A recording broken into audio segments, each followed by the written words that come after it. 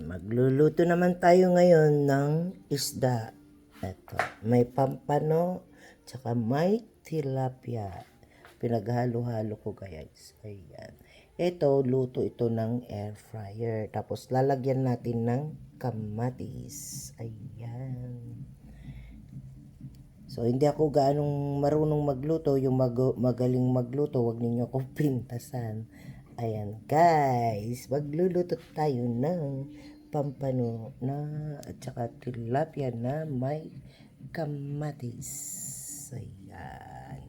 Papakita ko yung mamaya pagka naluto na. Eto, dito ko ihalo yung isda na pampano. Ayan na. Nilagay ko na yung mga isda na may kamatis. Ayan.